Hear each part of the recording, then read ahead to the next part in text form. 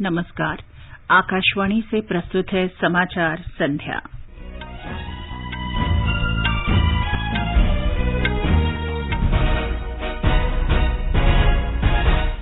केरल में राहत और बचाव कार्य जोरों पर, केंद्र ने पूरी सहायता का आश्वासन दिया। रक्षा मंत्री राजनाथ सिंह ने कहा, जिम्मेदार समुद्री पक्ष के रूप में भारत सिद्धांत आधारित आम सहमति और शांतिपूर्ण मुक्त नियम आधारित और स्थिर विश्व व्यवस्था का समर्थक। प्रधानमंत्री नरेंद्र मोदी 20 अक्टूबर को कुशीनगर हवाई अड्डे का उद्घाटन करेंगे। नागर विमानन मंत्री ज्योतिरादित्य सिंधिया ने पूर्वोत्तर क्षेत्र में विमान संपर्क विस्तार के 6 मार्गों का वर्चुअल माध्यम से शुभारंभ किया। भारत और इजरायल मुक्त व्यापार समझौते पर बातचीत अगले महीने फिर शुरू करने पर सहमत। देश में अब तक खरीफ फसल की 56,62,000 मीट्रिक टन से अधिक धान की खरीद। देश भर में अब तक 97,79,00,000 से अधिक कोविड टीके लगाए गए। स्वस्थ होने की दर 98.12% हुई।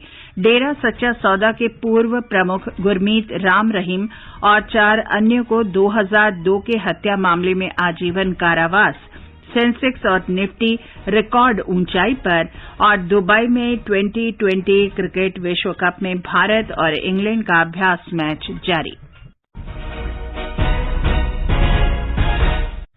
समाचार संध्या में लवली निगम के साथ मैं चंद्रिका जोशी। भारत कोविड टीकाकरण अभियान के अंतर्गत 100 करोड़ टीके लगाने का लक्ष्य हासिल करने के निकट है। इस महत्वपूर्ण कार्य में योगदान करने वाले चिकित्सकों, नर्सों और अन्य स्वास्थ्य कर्मियों का आकाशवाणी अभिनंदन करता है। इसके साथ ही हम आपको सतर्क भी करना चाहते हैं कि कोविड अभी समाप्त नहीं हुआ है। आप सभी से हमारी अपील है कि यथाशीघ्र दोनों टीके लगवाएं और अन्य लोगों को भी टीके लगवाने के लिए प्रेरित करें। त्योहारों के समय कृपया इन 3 आसान उपायों का पालन अवश्य करें। मास्क पहनें, 2 गज की सुरक्षित दूरी बनाए रखें, हाथ और चेहरा साफ रखें। कोविड से संबंधित कोई भी जानकारी और मार्गदर्शन के लिए राष्ट्रीय हेल्पलाइन नंबर 01123978046 और 1075 पर संपर्क करें। देश के 75वें स्वाधीनता दिवस समारोह के उपलक्ष्य में आजादी का अमृत महोत्सव के अंतर्गत सरकार अनेक गतिविधियों का आयोजन कर रही है। इस अवसर को जन उत्सव के रूप में मनाते हुए आकाशवाणी समाचार ने स्वाधीनता संग्राम और उसके गौरवशाली इतिहास पर विशेष प्रश्नोत्तरी कार्यक्रम शुरू किया है। ये क्विज 15 अगस्त 2022 तक प्रत्येक सोमवार और मंगलवार को समाचार प्रभात में शामिल होगा। भारतीय डाक विभाग अमृत महोत्सव क्विज में आकाशवाणी के साथ सहयोगी के रूप में शामिल है। अमृत महोत्सव क्विज का 19वां प्रश्न है, भारतीय विद्यार्थियों को भारतीय सभ्यता के मूल्यों की शिक्षा देने के लिए सेंट्रल हिंदू कॉलेज की स्थापना किसने की? प्रश्न एक बार फिर सुन लें। भारतीय विद्यार्थियों को भारतीय सभ्यता के मूल्यों की शिक्षा देने के लिए सेंट्रल हिंदू कॉलेज की स्थापना किसने की? श्रोता अपने जवाब व्हाट्सएप नंबर 8826546262 पर भेज सकते हैं या हमें इस पते पर ईमेल कर सकते हैं, amritmahotsav@prasarbharati.gov.in। व्हाट्सएप नंबर एक बार फिर सुन लें 8826546262। एक भाग्यशाली प्रतिभागी को विजेता चुना जाएगा और कल के समाचार प्रभात में उनके नाम की घोषणा की जाएगी। विजेता को ई प्रमाण पत्र और सांकेतिक पुरस्कार भी दिया जाएगा। और अब समाचार विस्तार से। केरल में राहत और बचाव कार्य जोरों पर हैं। अब तक बारिश से जुड़ी घटनाओं में 27 लोगों की मृत्यु हुई है। इस बीच पालाकाड में परम्बिकुलम जलाशय से पानी छोड़े जाने के बाद चालकुडी नदी के किनारे त्रिशूर जिले में जिला प्रशासन ने हाई अलर्ट जारी किया है। एहतियात के तौर पर लोगों से सुरक्षित स्थानों पर जाने को कहा गया है। हालांकि परम्बिकुलम बांध केरल में है, पर इसका संचालन और रखरखाव तमिलनाडु करता है। केरल में इडुक्की जलाशय से कल सुबह 11 बजे पानी छोड़ा जाएगा। केरल के जल संसाधन मंत्री रोशी अगस्तिन ने आज शाम इडुक्की में अधिकारियों के साथ उच्च स्तरीय बैठक के बाद ये घोषणा की। एर्नाकुलम जिले में इडामलयार बांध से कल सुबह 6 बजे पानी छोड़ा जाएगा। इस बीच मौसम विभाग ने 20 अक्टूबर से केरल और लक्षद्वीप में 1 या 2 स्थानों पर लगातार 3 दिन तेज से बहुत तेज बारिश और आंधी की चेतावनी दी है। इस दौरान मछुआरों को समुद्र में नहीं जाने की सलाह दी गई है। केंद्र ने राज्य को पूरी सहायता देने का आश्वासन दिया है। प्रधानमंत्री नरेंद्र मोदी ने केरल के मुख्यमंत्री पिनरई विजयन से फोन पर बातचीत की और राज्य में तेज वर्षा और चट्टानें खिसकने से उत्पन्न स्थिति पर चर्चा की। प्रधानमंत्री ने केरल में प्राकृतिक आपदा में लोगों की मृत्यु पर दुख व्यक्त किया। उन्होंने शोक संतप्त परिवारों के प्रति संवेदना व्यक्त की। केंद्रीय गृह मंत्री अमित शाह ने कहा है कि केंद्र केरल की स्थिति पर लगातार निगरानी रख रहा है। सहायता और बचाव अभियान के लिए राष्ट्रीय आपदा मोचन बल की कई टीमें पहले ही भेजी जा चुकी हैं। इस बीच उत्तराखंड में आज सुबह से ही व्यापक वर्षा हो रही है। कुछ जिलों में तेज बारिश के कारण एहतियात के तौर पर स्कूलों को बंद किया गया है। हमारे संवाददाता ने बताया है कि राष्ट्रीय आपदा मोचन बल की टीम हरिद्वार पहुंच गई है, जिसे आवश्यकता पड़ने पर वर्षा प्रभावित स्थानों पर भेजा जा सकता है। राज्य में 20 से अधिक स्थानों पर भारी से बहुत भारी बारिश दर्ज की गई, जबकि अधिकतर स्थानों पर मध्यम बारिश हुई है। वहीं बद्रीनाथ, केदारनाथ, रूपकुंड, हेमकुंड, गुंजी और गंगोत्री के ऊंचे इलाकों में आज हल्की बर्फबारी के समाचार प्राप्त हुए हैं। उधर राज्य में कई स्थानों पर गांव को जोड़ने वाली आंतरिक सड़कों सहित कुछ राष्ट्रीय राजमार्ग अवरुद्ध हुए हैं, जिन्हें संबंधित जिला प्रशासन द्वारा खोला जा रहा है। उधर खराब मौसम को देखते हुए केदारनाथ में 2000 तीर्थयात्रियों को सुरक्षित स्थानों पर ठहराया गया है, जहां जिला प्रशासन द्वारा उनके लिए सभी जरूरी इंतजाम किए गए हैं। इस बीच मुख्यमंत्री पुष्कर सिंह धामी ने सभी जिलाधिकारियों से टेलीफोन के माध्यम से बात की। उन्होंने जिलाधिकारियों को अपने अपने जिलों में बारिश और सड़कों की स्थिति की हर घंटे रिपोर्ट देने के निर्देश दिए हैं। उन्होंने चारधाम जाने वाले सभी श्रद्धालुओं से भारी बारिश की चेतावनी के मद्देनजर एहतियात बरतने की अपील भी की है। संजीव सुंद्रियाल, आकाशवाणी समाचार, देहरादून। मौसम विभाग ने उत्तराखंड, दिल्ली और उत्तर प्रदेश के कई हिस्सों में कल तेज बारिश का अनुमान व्यक्त किया है। आकाशवाणी से बातचीत में मौसम विभाग के महानिदेशक मृत्युंजय महापात्र ने कहा कि तेलंगाना के ऊपर कम दबाव के क्षेत्र और पश्चिमी विक्षोभ के कारण देश के उत्तर पश्चिमी भागों पर असर पड़ रहा है। अफगानिस्तान और पाकिस्तान के ऊपर एक वेस्टर्न डिस्टर्बेंस केंद्रीभूत है, वो ईस्ट की तरफ आगे बढ़ रहा है नॉर्थ वेस्ट इंडिया के ऊपर, और उम्मीद है कि ये दोनों सिस्टम के प्रभाव में 19 तारीख को नॉर्थ ईस्ट इंडिया जैसे Uttarakhand, Himachal Pradesh, Haryana, west UP, east UP, west MP वगैरह में इसका असर देखने को मिलेगा। स्पेशली वेस्ट उत्तराखंड में आइसोलेटेड प्लेसेस में extremely heavy to very heavy rainfall भी हो सकता है। ये समाचार हमारी वेबसाइट newsonair.com/hindi और हमारे mobile app news on AIR पर भी उपलब्ध हैं। चलो मिलकर एक शुरुआत करें, चलो एक फैसला आज करें, मास्क नहीं तो टोकेंगे, कोरोना को रोकेंगे, चलो एक इरादा करते हैं, चलो कुछ वादा करते हैं, मास्क नहीं तो टोकेंगे, कोरोना को रोकेंगे। समाचार संध्या में आपका फिर स्वागत है। रक्षा मंत्री राजनाथ सिंह ने कहा है कि जिम्मेदार समुद्री पक्ष के रूप में भारत सिद्धांत आधारित आम सहमति और शांतिपूर्ण, मुक्त, नियम आधारित और स्थिर विश्व व्यवस्था का समर्थन करता है। रक्षा मंत्री ने दूसरे नौसेना कमांडर सम्मेलन में ये बात कही। ये सम्मेलन आज नई दिल्ली में शुरू हुआ। रक्षा मंत्री राजनाथ सिंह ने सम्मेलन के प्रारंभिक सत्र में नौसेना के कमांडरों के साथ राष्ट्रीय सुरक्षा से जुड़े विषयों पर विचार विमर्श किया। सम्मेलन में भारतीय नौसेना के सभी परिचालन और क्षेत्रीय कमांडर उपस्थित थे। सम्मेलन में प्रमुख प्रचालन सामग्री, लॉजिस्टिक्स, मानव संसाधन विकास, प्रशिक्षण और प्रशासनिक गतिविधियों की समीक्षा की गई। श्री राजनाथ सिंह ने कहा कि भारत की भौगोलिक स्थिति कई मायनों में अनूठी है और ये रणनीतिक, व्यापार और संसाधनों की दृष्टि से अत्यंत महत्वपूर्ण है। प्रधानमंत्री नरेंद्र मोदी 20 अक्टूबर को उत्तर प्रदेश में कुशीनगर अंतर्राष्ट्रीय हवाई अड्डे का उद्घाटन करेंगे। नया अंतर्राष्ट्रीय हवाई अड्डा इस स्थान के विकास में गेम चेंजर सिद्ध होगा। आकाशवाणी से बातचीत में कुशीनगर के एक बौद्ध भिक्षु और श्रीलंका बुद्ध विहार के प्रमुख पुजारी डॉक्टर नंद रत्न ने कहा कि विश्व भर के बौद्ध अनुयायी कुशीनगर में नया हवाई अड्डा शुरू होने से अत्यंत प्रसन्न हैं। उन्होंने इस पहल के लिए प्रधानमंत्री नरेंद्र मोदी का धन्यवाद किया। देश के प्रधानमंत्री नरेंद्र मोदी जी के द्वारा कुशीनगर अंतर्राष्ट्रीय एयरपोर्ट का उद्घाटन करना बौद्धों के लिए बहुत ही हर्ष की बात है। दुनिया में जितने भी बौद्ध अनुयायी हैं उनमें एक खुशी की लहर है, क्योंकि कुशीनगर भगवान बुद्ध की परिनिर्वाण भूमि है। इसका दर्शन करना, उनका वंदन करना प्रत्येक बौद्ध अनुयायियों की अपनी एक इच्छा होती है। ऐसा होना उनके लिए बहुत ही सुलभ हो जाएगा, इसलिए बहुत ही वो प्रसन्न हैं और देश के प्रधानमंत्री जी और प्रदेश के मुख्यमंत्री उनको साधुवाद देते हैं। हमारे संवाददाता ने खबर दी है कि कुशीनगर का हवाई अड्डा उत्तर प्रदेश में तीसरा अंतर्राष्ट्रीय हवाई अड्डा होगा। कुशीनगर अंतर्राष्ट्रीय हवाई अड्डा प्रदेश के पिछड़े इलाकों में शुमार किए जाने वाले पूर्वांचल इलाके के विकास में अहम भूमिका निभाने वाला है। अंतर्राष्ट्रीय कनेक्टिविटी मिलने के बाद दुनिया भर से बौद्ध मतावलंबी श्रद्धालु यहां आसानी से पहुंच सकेंगे। कुशीनगर के होटल व्यवसायी अविनाश गर्ग ने आकाशवाणी को बताया, इससे देखिए प्रभाव ये पड़ेगा कि जो सैलानी हैं, जो बाहर के विदेशी जो हैं, कुछ साधन की असुविधा के कारण नहीं आ पाते थे, उनका आना अब आसान हो जाएगा। और इस एयरपोर्ट के माध्यम से लगभग सभी बौद्ध सर्किटों को जोड़ा जा रहा है, जिसमें से कुशीनगर भी एक हिस्सा है। इससे रोजगार के भी अवसर मिलेंगे।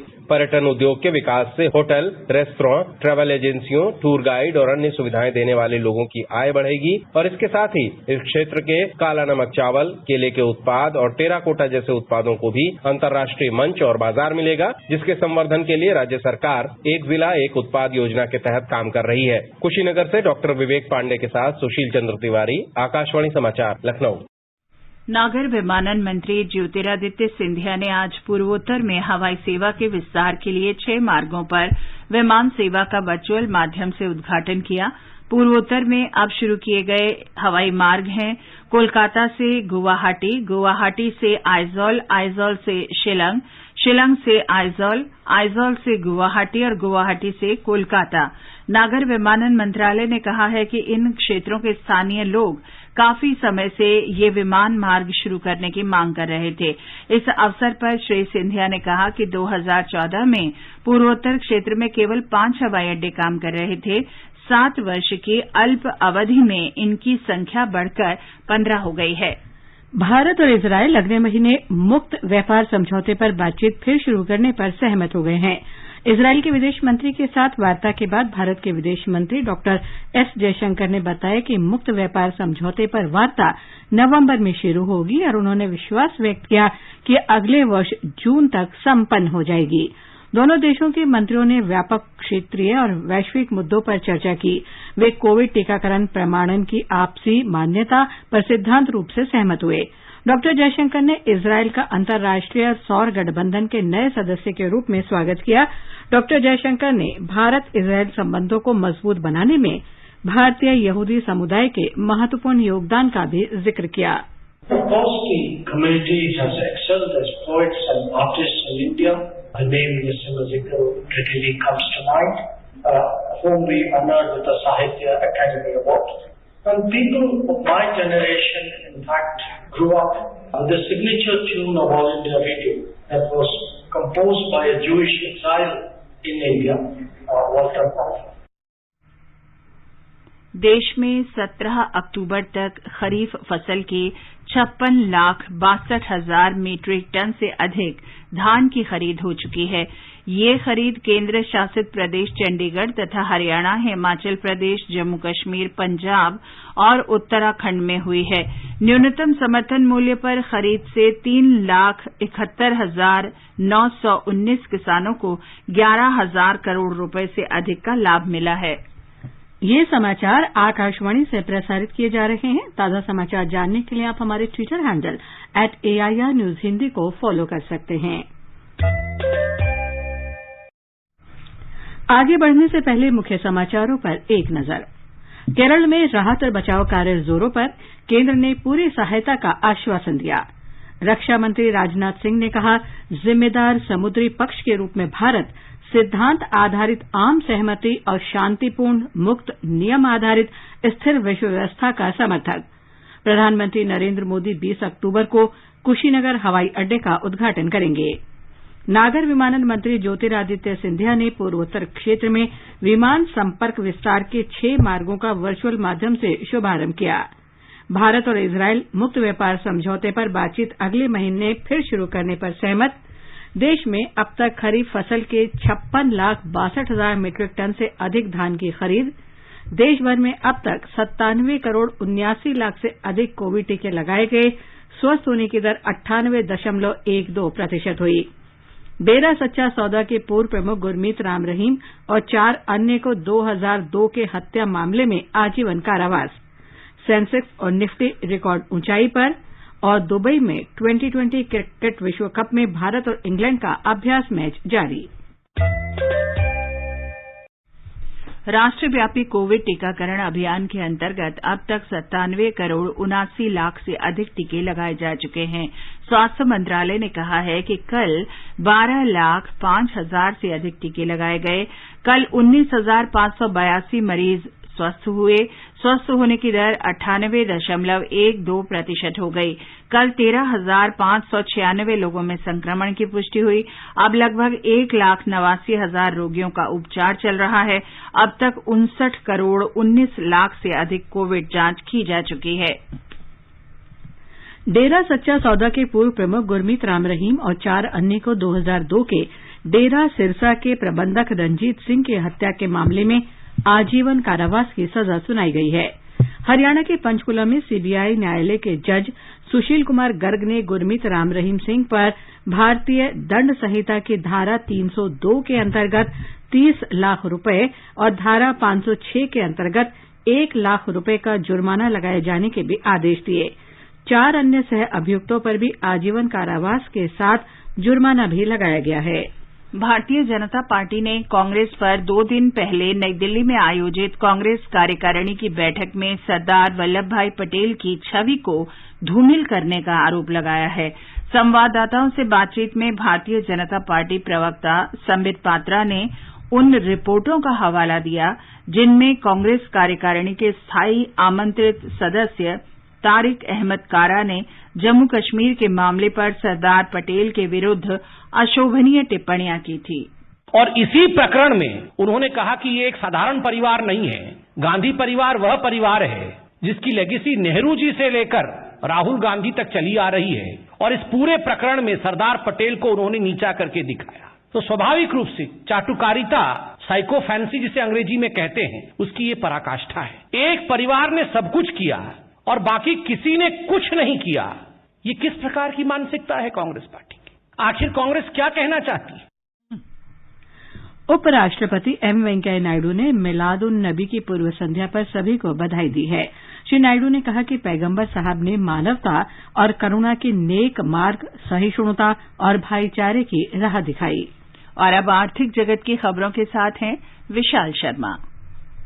घरेलू शेयर बाजारों में आज लगातार छठे कारोबारी सत्र में तेजी रही। बॉम्बे स्टॉक एक्सचेंज का सेंसेक्स 460 अंक के उछाल से 61,766 अंक की नई रिकॉर्ड ऊंचाई पर बंद हुआ। नेशनल स्टॉक एक्सचेंज का निफ्टी भी 139 अंक की वृद्धि से 18,477 अंक की नई ऊंचाई पर जा पहुंचा। अंतरबैंक विदेशी मुद्रा विनिमय बाजार में रुपया आज 9 पैसे कमजोर होकर $1 के मुकाबले 75 रुपए 34 पैसे के स्तर पर बंद हुआ। और अंतर्राष्ट्रीय बाजार में ब्रेंट कच्चे तेल के दाम 59 सेंट बढ़कर $85.45 प्रति बैरल के आसपास रहे।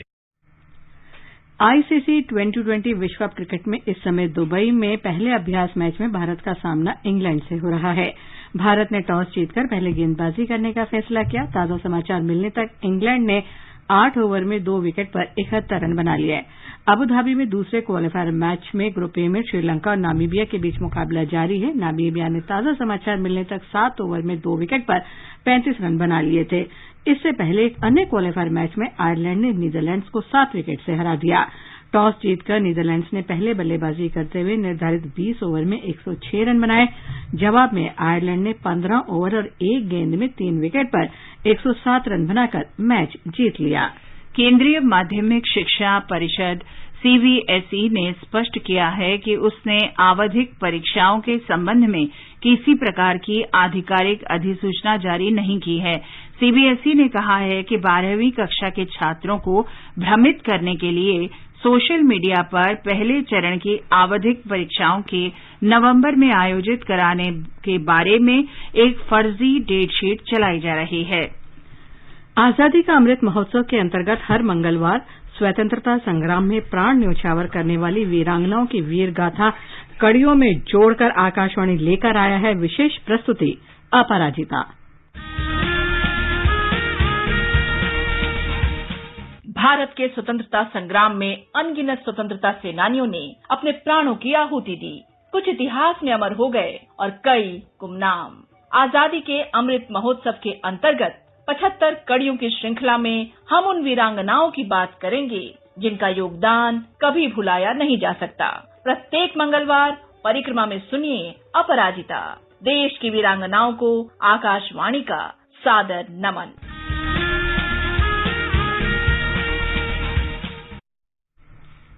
आजादी के अमृत महोत्सव के अंतर्गत आइए अब सुनते हैं आकाशवाणी की विशेष प्रस्तुति आजादी का सफर। आजादी का अमृत महोत्सव।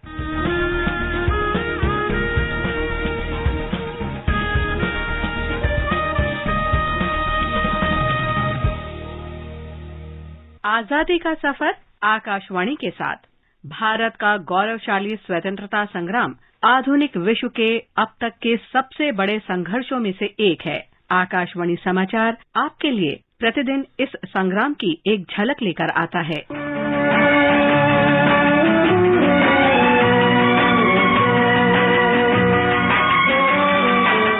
आज की इस कड़ी में हम बात करेंगे रामकृष्ण खत्री के बारे में।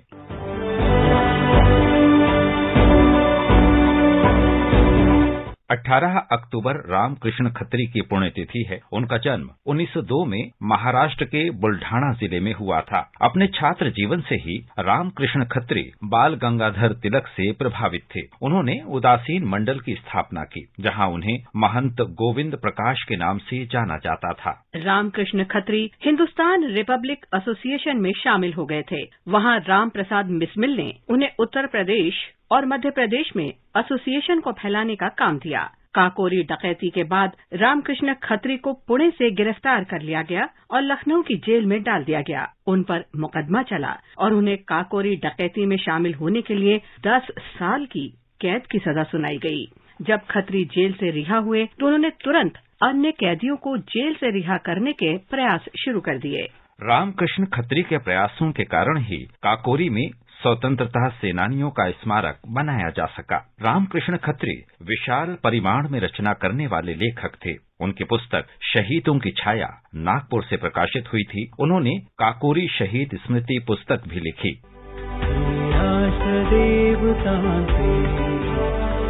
राष्ट्र प्रेषिता से चंद्र सूर्य नादो स्वातंत्र्य भारता से।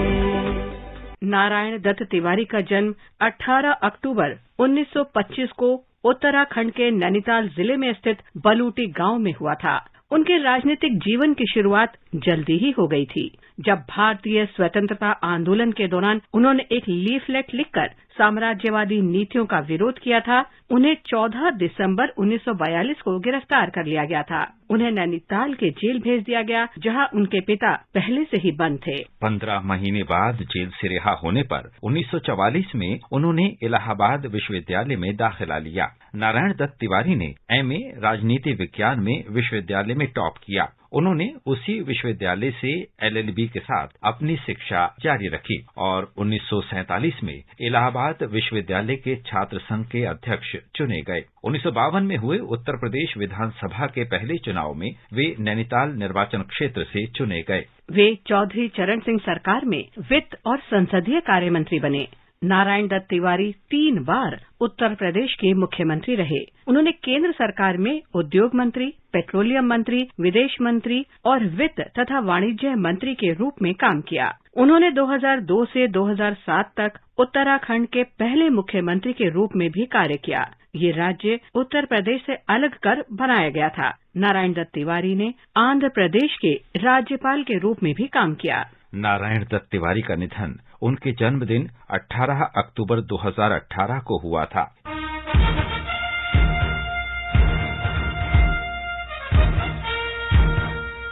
इसके साथ ही आजादी का सफर आकाशवाणी समाचार के संग श्रृंखला का ये अंक समाप्त हुआ। मिलते हैं कल अगली कड़ी में।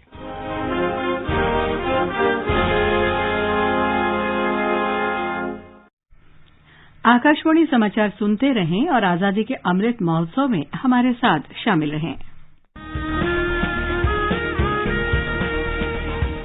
आजादी के 75 वर्षों का पर्व अमृत महोत्सव के पावन अवसर पर आकाशवाणी समाचार लेकर आया है अमृत महोत्सव क्विज। आप भी इस क्विज का हिस्सा बन सकते हैं। हमारी समाचार बुलेटिनों में पूछे गए स्वतंत्रता आंदोलन से जुड़े प्रश्नों का जवाब देकर। आपसे ये सवाल प्रत्येक सोमवार और मंगलवार को सुबह 8 बजे प्रसारित होने वाले बुलेटिन समाचार प्रभात में पूछे जाएंगे। श्रोता email Amrit Mahotsav quiz @prasarbharati.gov.in पर अपने जवाब भेज सकते हैं। आप अपने जवाब व्हाट्सएप नंबर 8826546262 पर भी भेज सकते हैं। विजेता का चुनाव सही जवाबों में से लकी ड्रॉ के माध्यम से होगा और इसकी घोषणा अगले दिन इसी बुलेटिन में की जाएगी। विजेता को प्रमाण पत्र के साथ एक उपहार भी दिया जाएगा। साथ ही विजेता का नाम हमारे ट्विटर हैंडल पर भी फ्लैश होगा। तो आइए मनाएं आजादी के 75 वर्षों का पर्व अमृत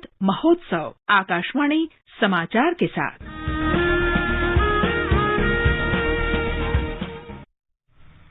और अब एक नजर कल के मौसम पूर्वानुमान पर। सबसे पहले देश के 4 महानगरों के मौसम का हाल। दिल्ली में सुबह कोहरा छाया रहेगा। चेन्नई और कोलकाता में आमतौर पर बादल छाए रहेंगे और मध्यम बारिश हो सकती है। मुंबई में आंशिक रूप से बादल छाए रहेंगे। उत्तर भारत में श्रीनगर और जम्मू में आसमान साफ रहेगा। दोपहर या शाम को आंशिक रूप से बादल छाए रह सकते हैं। लेह में आमतौर पर बादल छाए रहेंगे और मध्यम बारिश होने के आसार हैं। गिलगित में आंशिक तौर पर बादल छाए रह सकते हैं। मुजफ्फराबाद में धूप खिली रहेगी। देश के पूर्वोत्तर क्षेत्र में गुवाहाटी, इम्फाल, शिलंग, गंगटोक, आइजोल, कोहिमा, ईटानगर और अगरतला में सामान्यतः बादल छाए रहेंगे। 1 या 2 बार गरज के साथ बौछारें पड़ सकती हैं। बुलेटिन समाप्त होने से पहले अमृत महोत्सव क्विज का आज का प्रश्न एक बार फिर सुन लीजिए।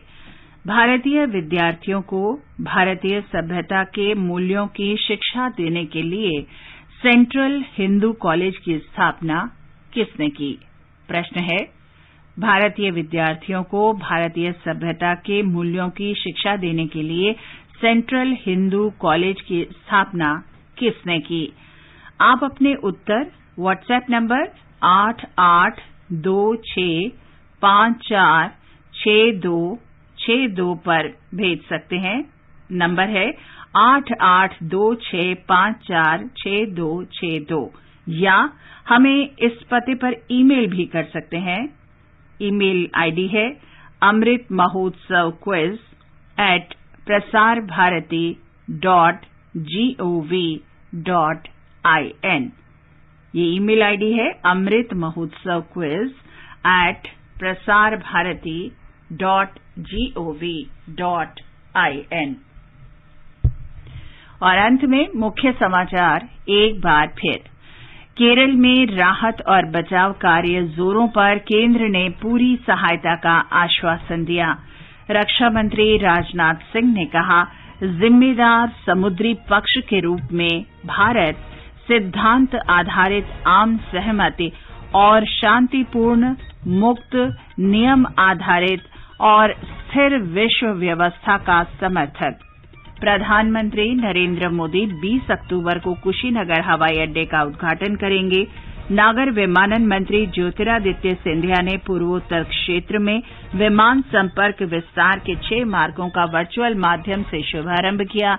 भारत और इजरायल मुक्त व्यापार समझौते पर बातचीत अगले महीने फिर शुरू करने पर सहमत।